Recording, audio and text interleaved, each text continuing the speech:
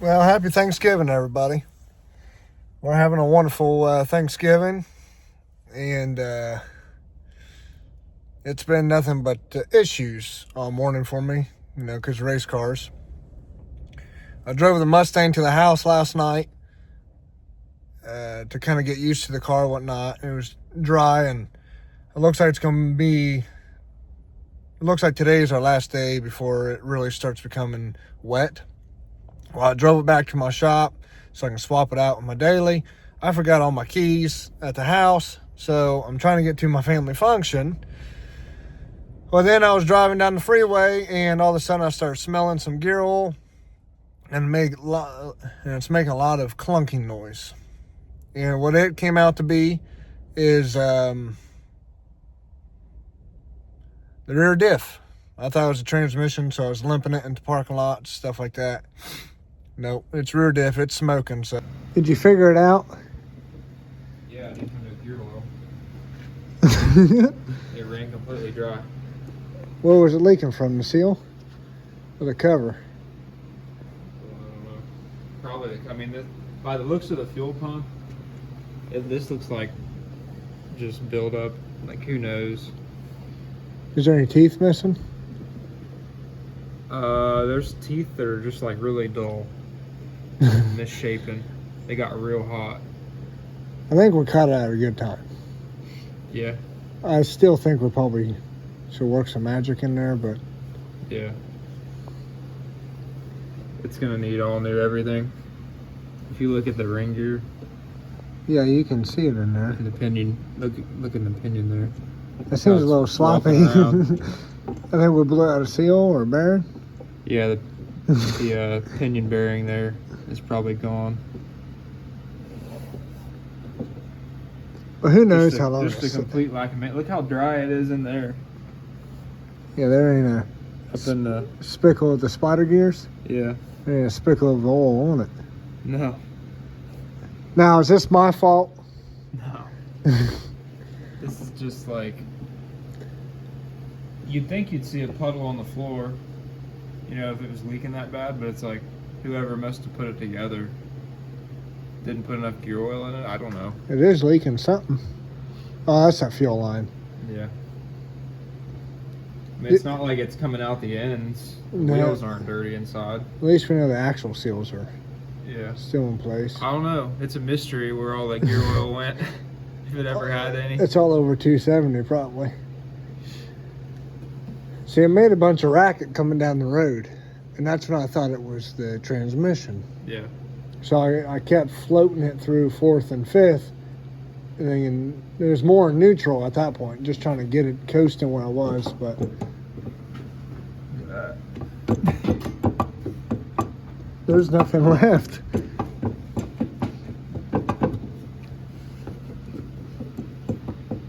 How's the U-joints? We're lucky it didn't take out the trans. I think where it broke, it's unfortunate that it broke, but I think I stopped it just in time. Yeah.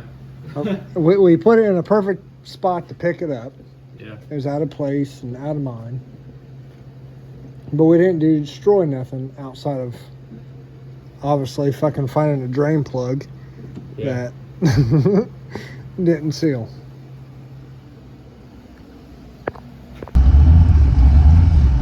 So, Millie and I are working out the tune on this thing after I blew the diff. We got it on self-tune or self-learn right now. I'm learning all this shit. This is the first time I'm dealing with all this. But Millie and I he walked me through some parameters I got to do on the computer. We changed it. We found a spot in the tune where it was the exhaust is so short and the O2 sensor's reading. So I got to drive it around, but I need to go get gas in this thing, or E85, however you want to look at it. So I'm going to run down, go get some gas. The roads are dry, but it is fucking cold. So run down, go get some E85 in this thing, and hopefully the ECU catches up on what it has to do. So we'll see. It's running a lot better than it was. I will say that. We changed the from, I think it was like 20% to 50% on the O2 sensor. So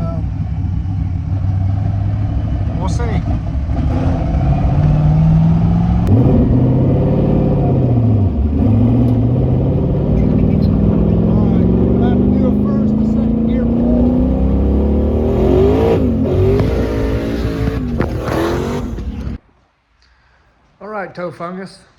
Been a minute since I made a video. I had to, I don't even remember what my last video was about. But anyways. Oh, it was about this unit. That's what it was. So did the exhaust on that. We drove it around a little bit. Needs some tuning still. It's a lot better before Bill dropped it off, that's for sure. It's a lot better than after Bill dropped it off. Still needs fine tune, but it's a lot better than, you know, him rattling his neck like one of those squeaky dog toys. Anyways, it's on jack stands along with this one. This one's actually on my chassis stands. We're doing suspension work, roll cage, a bunch of other things. This has a laundry list of things that needs done on it too. Because the plan is to take both of these cars to sick week. We got about 45 days. This is a complete virgin car. It still has the 289 in it with the factory 4-speed. This has the go fast parts on it, but it still has issues. There's an oil leak I gotta address. I gotta poke holes in the hood for the exhaust to come through. Gotta cut the exhaust. I wanna make little mounts. I wanna make some mounts to bolt to the shock tower, just so it puts this in the same spot every time. A few things got close to it, so I had to zip tie everything out of the way. It melted a little bit. Need to adjust the clutch on it, that's for sure, and possibly put a new clutch in it. Let's see what else. There's a laundry list of things that I'm just going to do a video series on both these cars just to make sure I stay on track, but make it so it's not a headache and before I get spun out. I still have to level the car, and how I do that is I just use angle finders and levels. I find 2 frame rails. I make sure they're relative to the car before I use that as a reference, and then you just turn these nuts here. But it's not ready to do that quite yet. And I got to pull the exhaust off, got to pull the dry shaft out, because this rear end's coming out. We're getting another rear end. I believe we're going to go to a Fab 9-inch on the back of this. I've already ripped the interior out of the car. It's sitting over here. Billy's going to come later tonight to pick it up, take it to his shop. Some of the parts that I don't need until it's ready to go back together. I'm glad we pulled the carpet because it was wet. That little foam insulation was wet on the underside, and we got it just in time. Right there is just surface rust, so that will wipe off with a rag, but I'm glad we did it when we did. There's some stuff back there he's also going to come and get, but we're doing mini tubs on these. We're doing Detroit speed mini tubs, and I can't remember. We're doing upper and lower torque boxes with frame ties. I can't remember the companies. I'll put them in the video here in a second. Since we got 45 days, I'm probably going to post a video, try to at least once a week, of the updates I've done. And this is going to be tough. 2 cars. Granted, this one's not too bad. This one is going to require a lot of attention, which is fine. Billy will be here to help with that. And I believe Jacob is going to be helping get these 2 cars coming as well. And Jacob will probably be my co-pilot down there. So I'm excited. I'm excited. I've actually never been down a track by myself, especially something, to me this is fast. I'm sure there's faster cars out there, but the fastest thing I've ever been in was my Toyota Camry, my little daily. But it's fun. It's fun. What I like about it is I'm not scared, but I'm not careless, if that makes sense.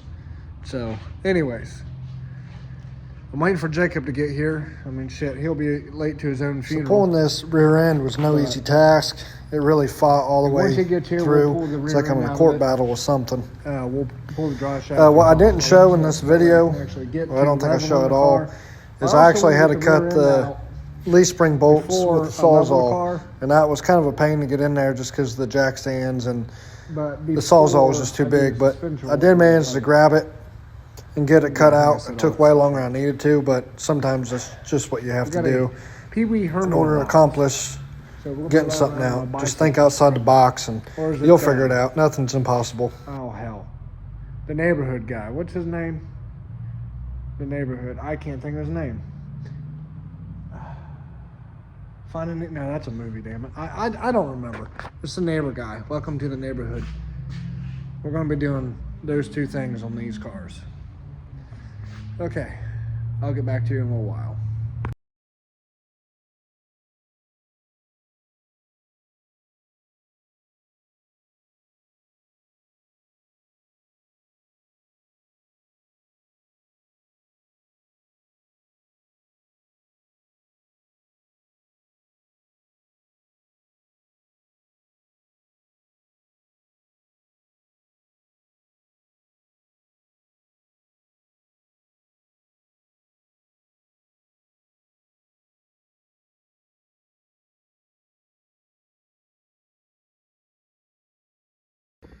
So as we're in the process of pulling the rear end out, the only thing we got left are these bolts here, and they're stuck, so I'm gonna have to Sawzall them out.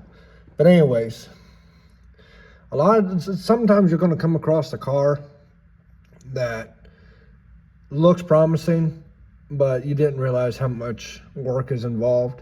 And this is one of those ones where everything looks all right. Yeah, it was flinging grease and everything, but if you really look up like where the frame rail is, with these unibody cars, they just rely on spot welds. So they use the rear trunk sheet metal to kind of square it all up and keep it strong. But when it starts to separate like this, and I haven't showed you the other side yet, which is worse, you're starting to lose a lot of the strength because it relies on that floor to, be strong. And unfortunately, this is where we're going to be putting that rear suspension kit. The upper torque box is welded from the inside of that frame rail to the inside of this one, pretty much where the shock mounts are, that little reinforced cross member there. That would end up getting drilled out, and that's where the upper torque box will go. Well,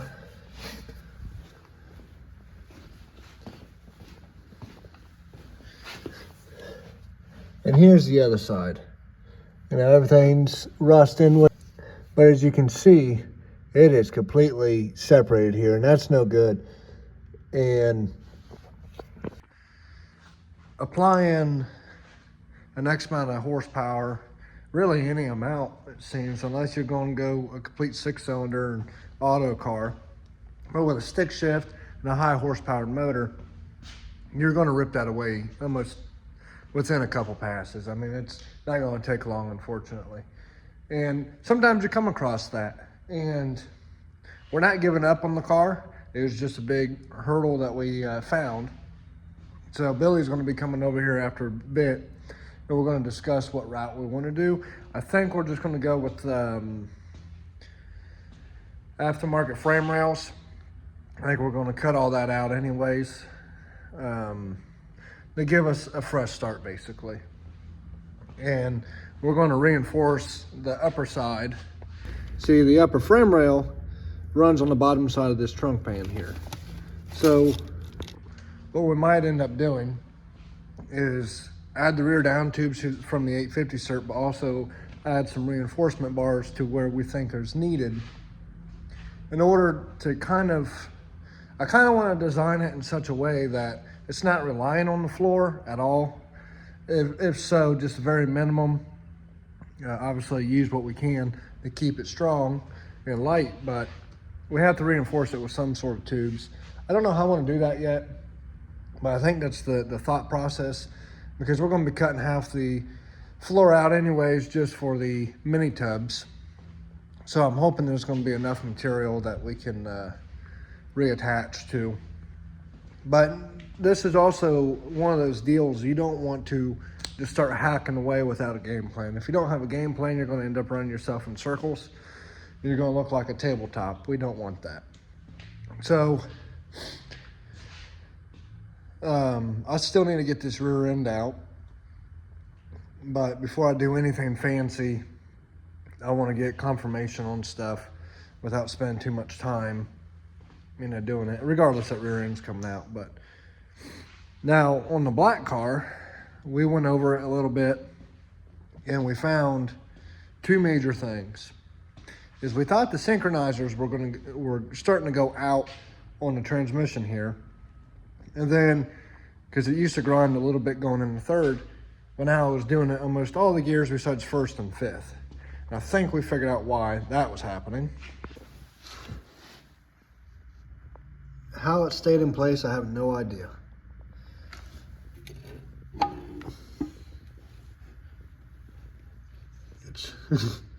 It's pretty bad.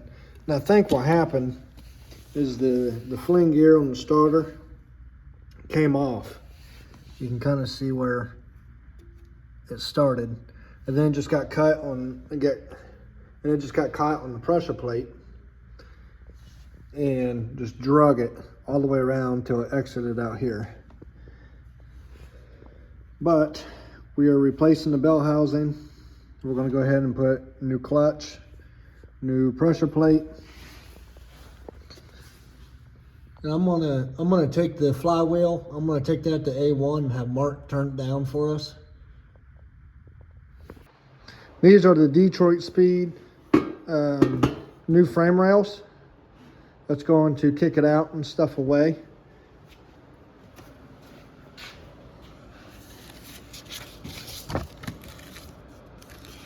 See, we're going to end up cutting it and it's going to be kicked away, which is great. We're getting rid of a lot of the bad stuff altogether. That's what I'm happy about. Don't really have to stress too much because we were going to get all freaky and make a bunch of frame rails and stuff for it, like a 25-2 style, but we don't have to get that fancy because he still wants to keep it as a street car.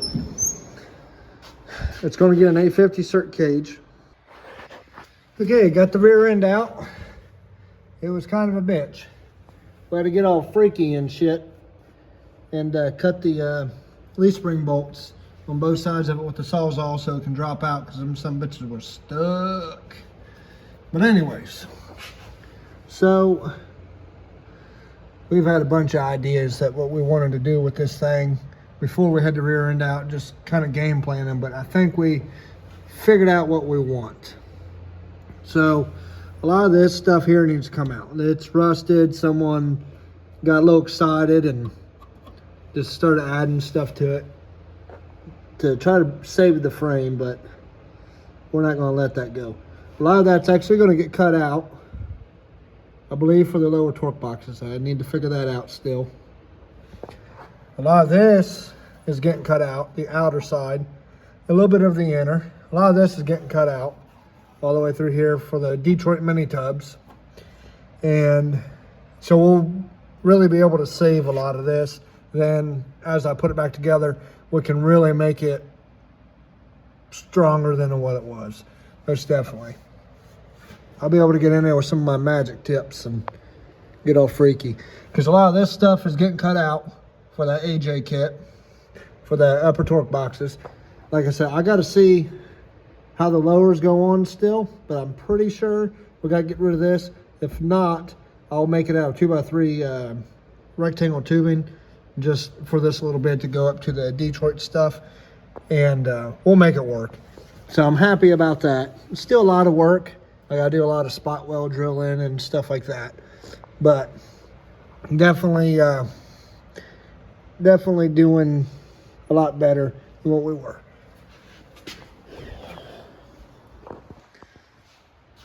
And I'm not sure yet, I think we're going to build a custom fuel cell for this.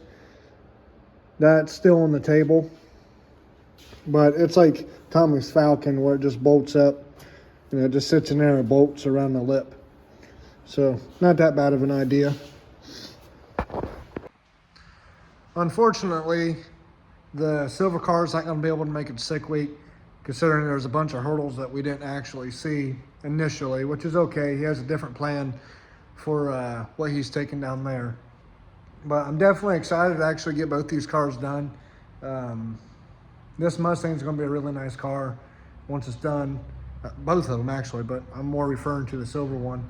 I don't think I really see too many of these first-gen Mustangs out there in the no prep world as far as still a street car without it turned into a full-blown pro mod. So definitely different and unique, and I don't know, but I definitely appreciate everyone for watching.